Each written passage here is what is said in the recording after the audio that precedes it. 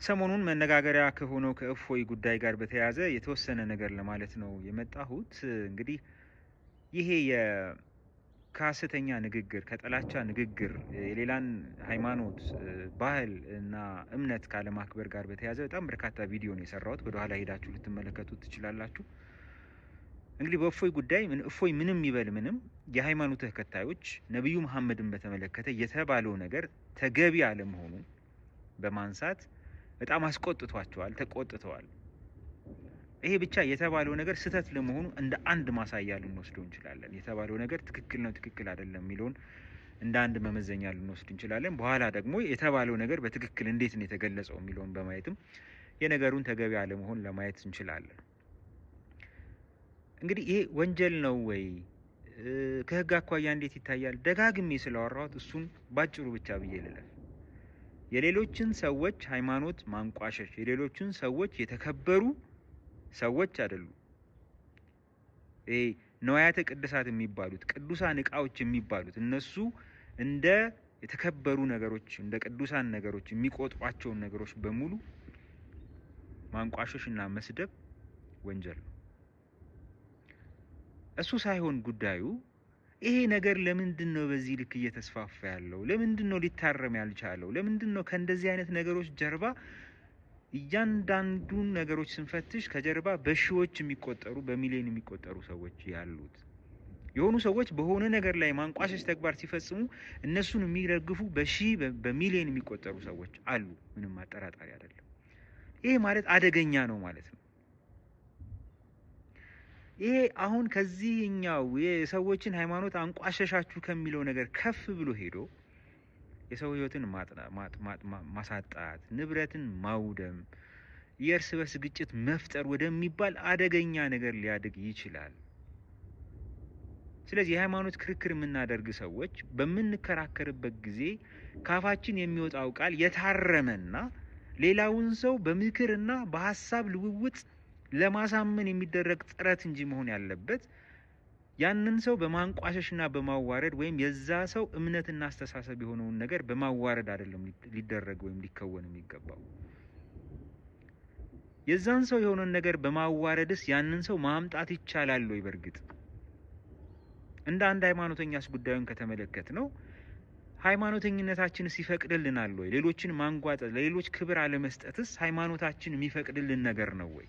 ሁላችንም እንደ እምነታችን ማለት ነው። አምላካችን የምንለውስ በእርግጥ እንዲህ አይነቱን ነገር እንድናደርግ ነው ወይ ይፈልጋል ወይ ብለን ራሳችንን መጠየቅ መቻል አለብን ብዬ አስባለሁ። ያለበለዚያ ይሄ ጉንጭ አልፋ የሆነ ካሰብነው ልናገኝ ካሰብነው ትርፍ ይልቅ ኪሳራ ይዞ የሚመጣ ቅድም ያልኳቸውን ነገሮች የሚያመጣ ሁኔታ ነው። ስለዚህ የማይሆን ነገር ስናይ አንደኛ ዛሬ የሙስሊሞች ተራ፣ ነገ የክርስቲያኖች፣ ነገ የሌላ ሃይማኖት ተከታዮች ተራ የሆነ በደልን ወይም ጉዳት ማስከተልን ተራ በተራ መሸከምን ከማትረፍ ውጪ የምናገኘው ነገር የለም። ከዚህ በፊት በክርስቲያኖች ላይ ሲደረግ እርስ በርስ በጋራ ኖ ማለት ካልቻለን፣ አይ ዛሬ የኛን አይመለከትም እንደውም እንኳን አደረክ እሰይ ስንል እኛ ላይ ሲመጣ ደግሞ ኖ ለምን ተነካን ማለት የለብንም እና ሁሌ እርስ በርስ ትክክል ያልሆኑ ኃጢአት የሆኑ ወንጀል የሆኑ የማያርሙ የማያንጹ ነገሮች ሁልጊዜም በዋጭሩ ኖ ማለት መቻል አለብን። እንደዚህ አይነት ሁኔታዎች በሚከሰቱበት ጊዜ ደግሞ እንግዲህ መከሰታቸው አይቀርም ነገም ከነገ ወዲያም፣ ምክንያቱም ችግሩ ጥልቅ ስለሆነ መፍትሄ የምንሰጠው በህግና በህግ መሆን መቻል አለበት። በራሳችን እጅ ፍትህን መውሰድ የለብንም። እንደዛ የምናደርግ ከሆነ ነገሩን እናባብሰዋለን።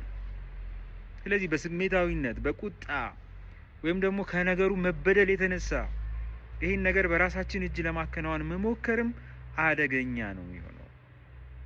የበለጠ ችግሩን ማክፋት፣ በዛ ላይ እንደውም ሌሎች ሰዎች እንዲነሱ ማድረግ ስለሚያመጣ በዚህ ነገር ላይ በጣም መጠንቀቅ ያስፈልጋል ብዬ አስባለሁ። አንድ ያየሁትን ቪዲዮ አውርቼ ላጠናቅ። በኢትዮጵያ አየር መንገድ ውስጥ አንድ ጭስ ይነሳና ሰዎች ከጭሱ የተነሳ አውሮፕላኑ ይወድቃል በሚል ፍርሃት ጸሎት ወደ አምላካቸው ያደርሳሉ። እና የቪዲዮ በማህበራዊ ድረገጽ ተሰራጭቷል። እና በዚህ ጊዜ ሰዎች ቪዲዮ ውስጥ ሰዎቹ እንኳን ዳኑ ወይም ደግሞ እንደየ ሃይማኖታቸው ቴንኪዩ አይደለም እያሉ የነበረው አይ እነሱ ካሉት አምላክ በተቃራኒ አይ ያዳነህ እኮ እሱ አይደለም እከሌ ነው እያሉ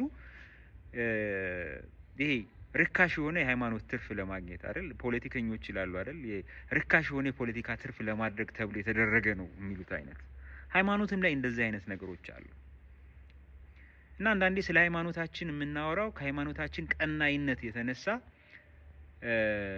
ነው ብሎ ለማለት ከሚያስችለው ወተን ይሄ መታበይ የኔ ይበልጣል የኔ ነው ትክክል ብሎ እንትን ከማድረግ የመጡ ነገሮች ይታያሉ እዚህም እዛም። ስለዚህ እነዚህ ነገሮች በጋራ በሚያንጽ መልኩ አደጋ በማያስከትል መልኩ ነው ልናርማቸው የሚገባው። ሰላም